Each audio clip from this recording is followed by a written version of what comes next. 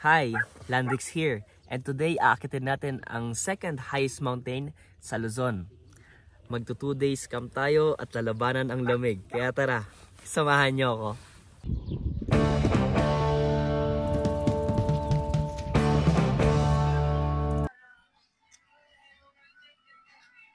Kunin natin yung bag natin kasi kailangan natin mag-pitch ng tent habang maaga pa lang.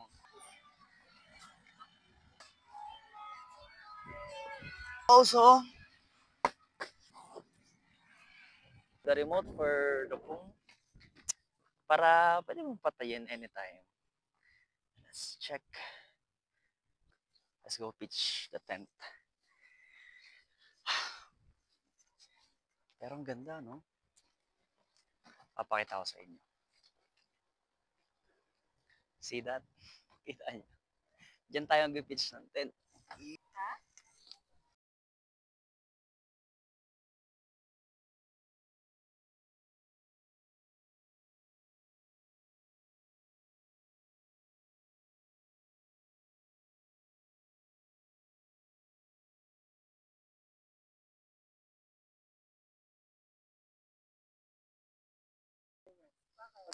And we're done.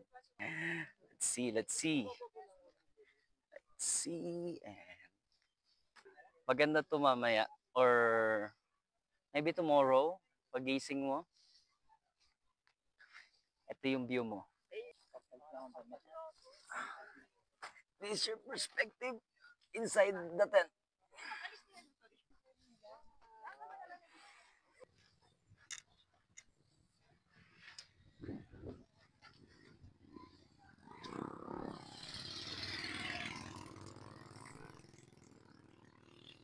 Init.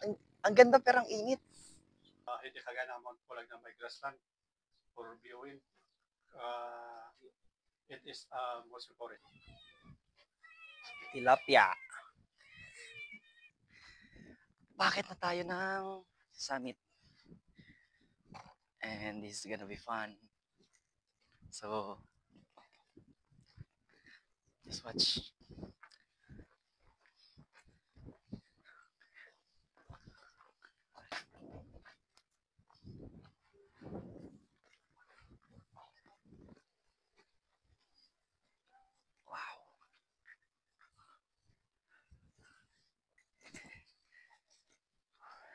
Yung mga ganun akong vlog, di ko ina-edit kasi nagkikringe ako.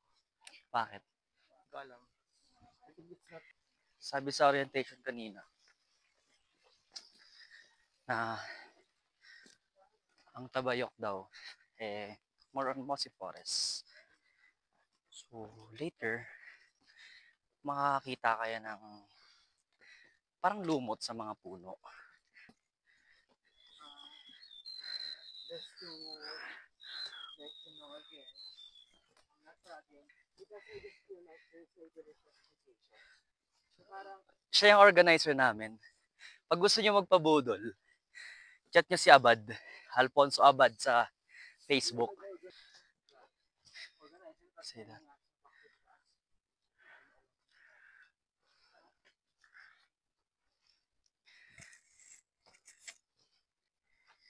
What the? Laki. Ito yung kamay ko. Oh, yung kamay ko. Ang laki, boy. Yan. So, unlike sa Pulag, tsaka Ulap, walang, ano yun? Yung berries, anong tawag? Red berries ba yun? Wild berries. Walang ganito dito.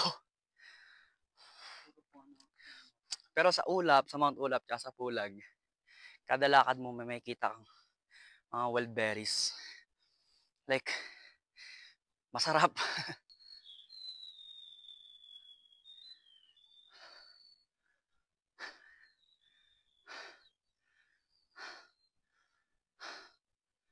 Sarap.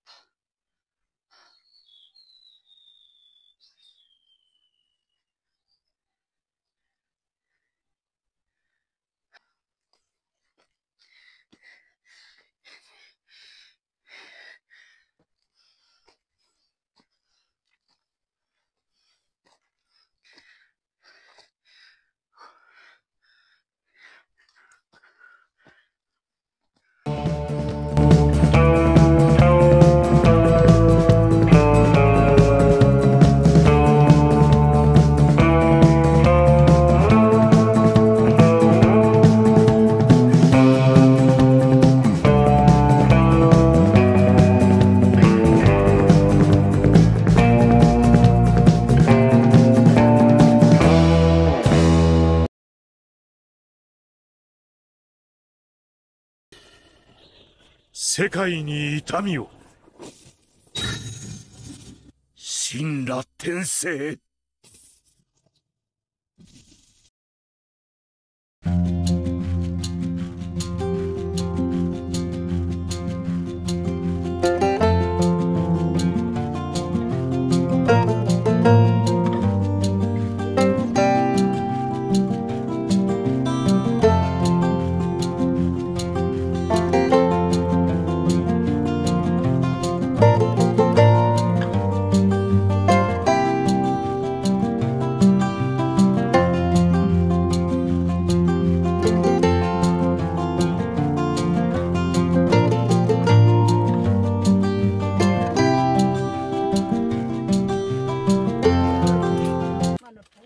Summit is done.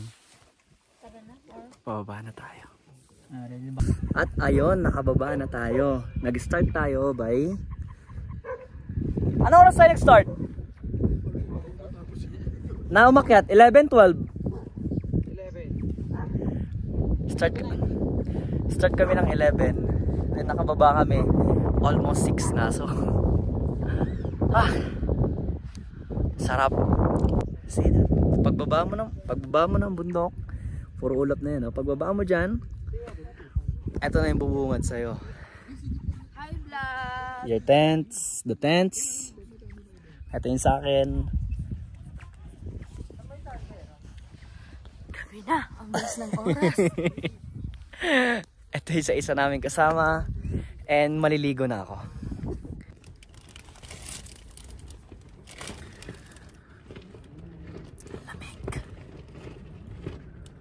Nakaligo naman na ako. And suot natin yung bonnet. Hand gloves para sa lamig. Ewan ko nakikita nyo. Pero ayan. Ang tawag ito? Warmer layer natin para sa jacket. And then same with the top. Also sa bottom. Then suot ako ng jogging pants. Later on, kakain na tayo and hopefully hindi umulan kasi ang ganda ng store dito sa Benguet pag nakikita, especially pag gabi. Sa gabi lang naman lumalabas yung star. Well, anyway, ang ganda ng star dito pag nakita nyo. Hopefully mawala yung ulap mamaya para mag-appear yung mga star. Also, makaka-capture tayo ng Milky Way. And hindi siya nakikita kasi ang dilim.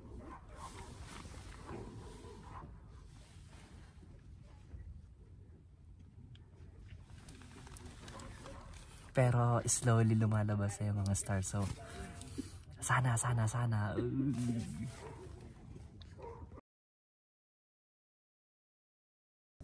Yung iba nating kasama nasa labas pa, di pa sila matutulog.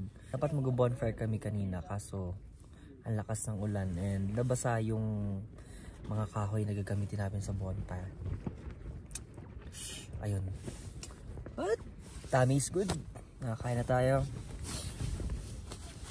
Meron tayong buffer jacket. We have down jacket. Gloves. Susuot na lang tayo ng medyas. 9:48 na and see you guys tomorrow.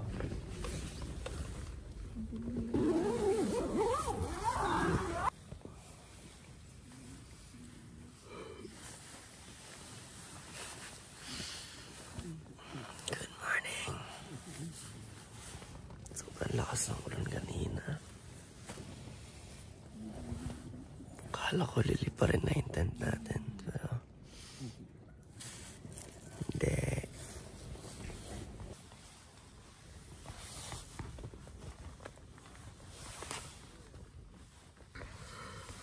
Sobrang dilim pa sa labas.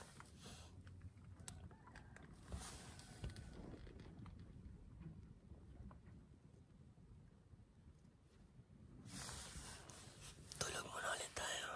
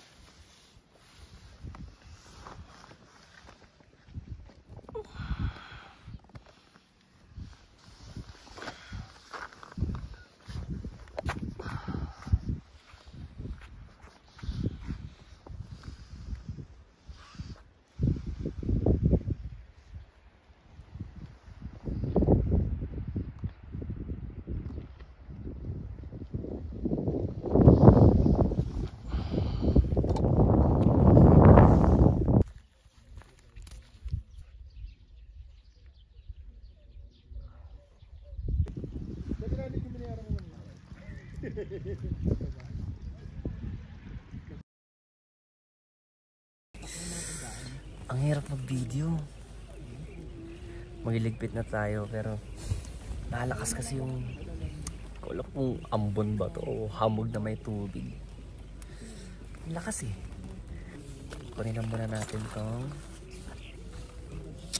fairy lights natin. Yup. Mahina na siya. Or dahil may araw lang. So, sarap muna natin ito. And start na tayo ng pack up.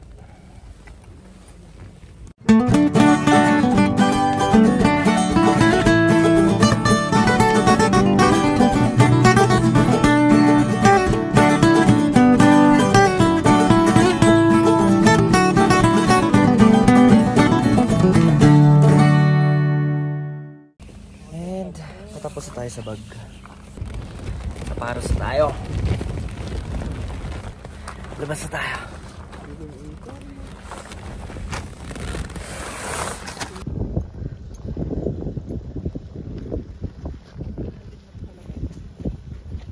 Ligpitin naman natin yung tent.